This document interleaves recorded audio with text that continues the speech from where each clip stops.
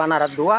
আচ্ছা। এটার পুরাতন বহু হিস্ট্রি বা কাহিনী আছে, বহু অলৌকিক কাজকর্ম সব। এই সত্য ঘটনাকে আমরা অবলম্বন করে নির্মিত করতে যাচ্ছে আজকের এই ভিডিও। এবারে সোনার থাল বাটি ঘটি এসব আসবাবপত্রগুলি দিত ডাঙায় তুলে দিত। এখানে যে শিবতলা আছে, এখানে শিব ঠেকাতে আসে নিয়ে আসে নদীর ভিতর থেকে আসে শিবতলা হয়, যখন শিব ঠেকাতে ওই জায়গাটা আমার ঝর্ণা উঠতো, বিশাল একটা ঝর্ণা ছিল ওই জায়গায়।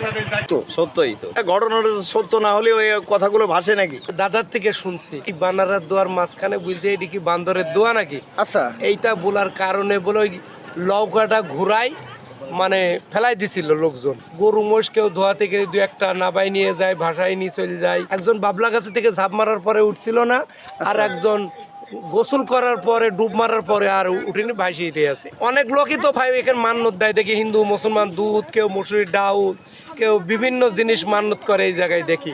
সত্য ঘটনা অবলম্বনে নির্মিত এবং অলৌকিক কাহিনী নিয়ে আজকের এই ভিডিও। প্রিয় ভিউয়ার্স, এই ভিডিওটি আপনারা সম্পূর্ণ দেখুন, মনোযোগ সহকারে ভিডিওটি দেখুন।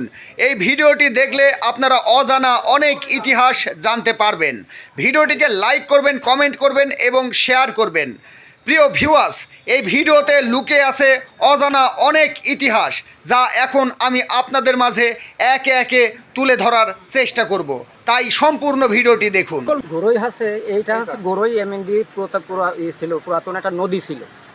ওয়াবদা যখন এইটা ক্যানাল কাটে সেচের জন্য করে প্রজেক্ট তৈরি করে, সেই সময় ওনাদের একটা প্রজেক্টের ছিল যে এইদিকে এই কালির মাঠ, এইদিকে ডেঙ্গা অঞ্চলে তাদের আবাদ করবে, এরকম একটা পরিকল্পনা ছিল।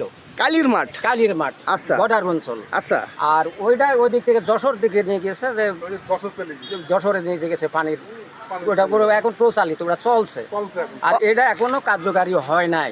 আচ্ছা, অর্থাৎ আমরা যে গঙ্গা প্রধান খালের কথা বললাম, এই গঙ্গা প্রধান খালটির মাথা চলে গেছে যশোরমুখী। যশোরমুখী চলে গেছে।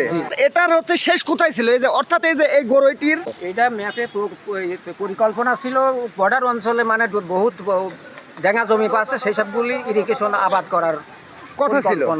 ছিল। আচ্ছা, কিন্তু সেটা আর হয় নাই। আচ্ছা, এখন আমরা যেটাকে গরই বলে সকলেই চিনি যে এটা হচ্ছে গরই, তো আসলে কি এটা কি গরই ছিল তখনকার?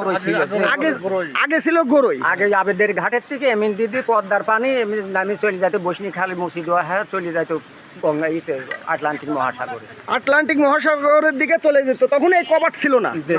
আচ্ছা, তখন শুধু ওই গরই ছিল। তখন এই নৌকায় চলাচলই করতো মানুষ, বেশিরভাগ এসে মানুষ সকলে দাঁড়াতো কোন থেকে? এই জায়গা থেকে কি নাবানাবি করতো নাকি? ঘাট কোথায় ছিল? রেল ব্রিজ পর্যন্ত, অর্থাৎ বাজারে যে রেল ব্রিজ, ওই রেল ব্রিজ পর্যন্ত যেত, তাই তো? নৌকা